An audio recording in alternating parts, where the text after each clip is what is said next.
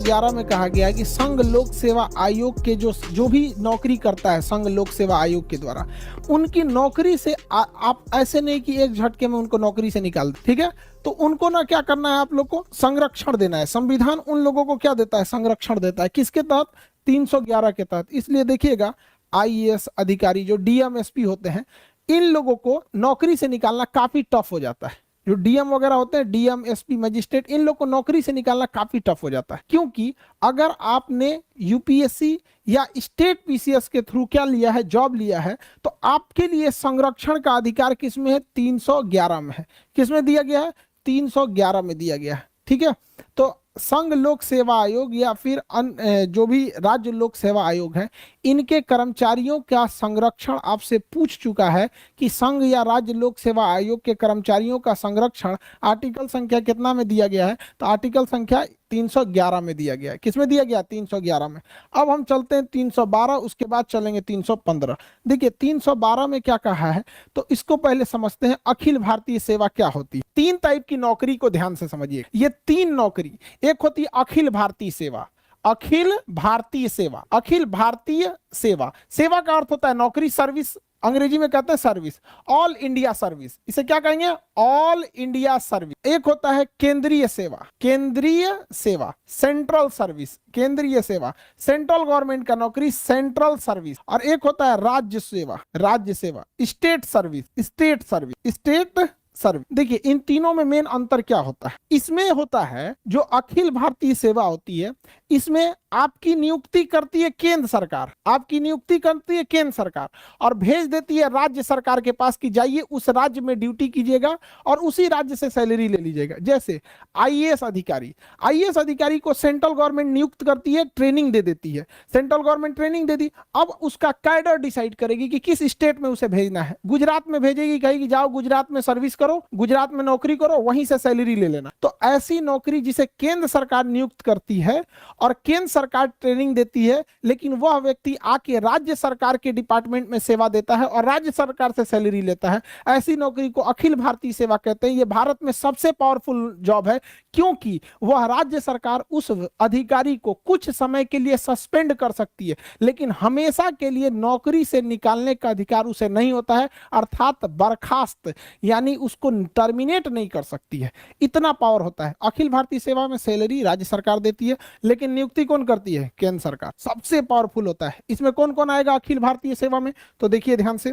एक आता है इंडियन एडमिनिस्ट्रेटिव सर्विस, आईएएस अमूमन डीएम लिखता है, आईपीएस लिखता है, और इंडियन फॉरेस्ट सर्विस, भारतीय वन विभाग।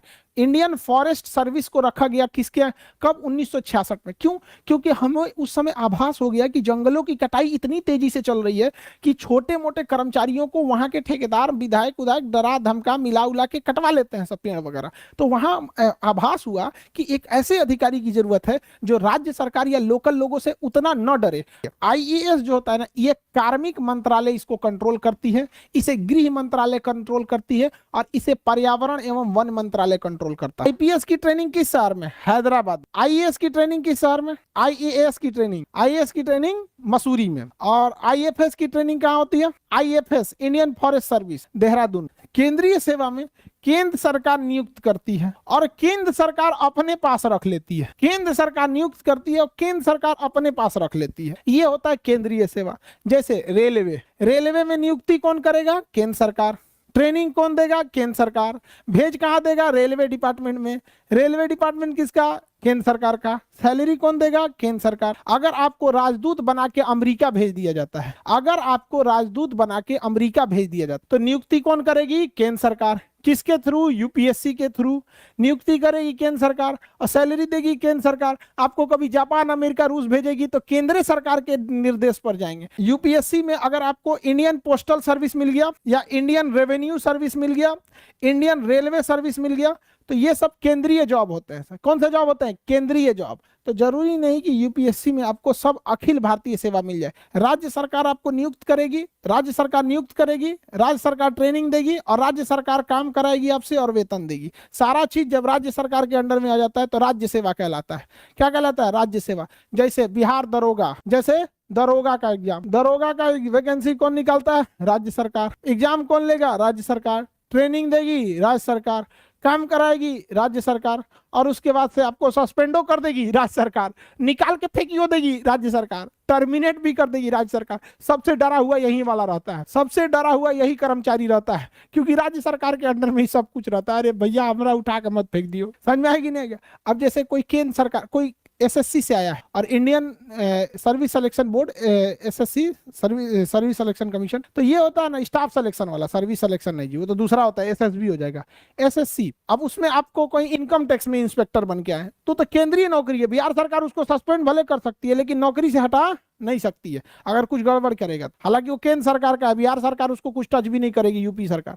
आप रेलवे में टेक्नीशियन, सपोज कीजिए लोको पायलट है, ट्रेन चला रहे हैं, ऐसे स्टेयरिंग नहीं होता जी, ए9 हैंडल होता है, ट्रेन चला रहे हैं, तो क्या राज्य सरकार आपको, यूपी सरकार का ये खराब ट्रेन चला रहे हो हटो, नहीं हटा पाएगी? कौन हटाएगा? केंद्र सरकार हटाएगी। तो सबसे ज्यादा कर्मचारियों के पास पावर किसके पास रहता है? अखिल भारतीय सेवा के, और सबसे कम राज्य सरकार के पास। जैसे पुलिस हो गया, सरकारी स्कूल के टीचर देखिएगा पोलियो पिलाने के लिए भेज देता है, कभी कभी चुनाव में ड्यूटी लगा देता है, कहीं कहीं तो नहीं लगाए ना इन लोग चुनाव में ड्यूटी। डीएम पूरे जिले के चुनाव का अपना सबसे बड़ा अधिकारी होता है, डिस्ट्रिक्ट मजिस्ट्रेट सबसे बड़ा पावरफुल होता है। लोग कहते हैं कि पढ़ लिख के राजा बनोगे, तो उन बकलोलवन को बोलिएगा कि ये जो डीएम है ना, डीएम डिस्ट्रिक्ट मजिस्ट्रेट, ये राजा ही है, समझ में गया? इसका नाम होता है कलेक्टर, टैक्स कलेक्ट करता है पूरे राज्य से, ये राजा से कम नहीं है, ये पूरा जिला इसी के अंडर में आता है। तो जो अगर बोलेगा कि पढ़ लिख के राजा बनोगे तो कहिएगा हाँ अभी नाम बदल गया, उसी का नाम है डीएम, और पुराना राजा हो जाएगा तो कमिश्नर, डायरेक्टर, फिर बड़ी ज्यादा जाएगा, additional secretary, joint secretary, secretary, chief secretary. Chief secretary तो बहुत बड़ा पावर होता है, समझ आ रहा है कि नहीं आ रहा? मुख्यमंत्री कोई भी डिसीजन चीफ सेक्रेटरी से पूछ के लेते हैं, चीफ सेक्रेटरी साहब क्या कहना है आपका? तो भैया चीफ सेक्रेटरी बहुत पुराना होता है। ये आईएएस जो निकालते हैं लोग ना, 25-30 साल का जब आपके पास अनुभव हो जाता है, बूढ़े हो जाते हैं, तब आप लोग को चीफ सेक्रेटरी बनाया जाता है। तो आप जब आईएएस बनिएगा, 25-30 साल का अनुभव हो जाएगा, तो पूरा झुंड में रहिएगा, आप लोगों को बिल्डिंग में रखा जाएगा, जितना पूरा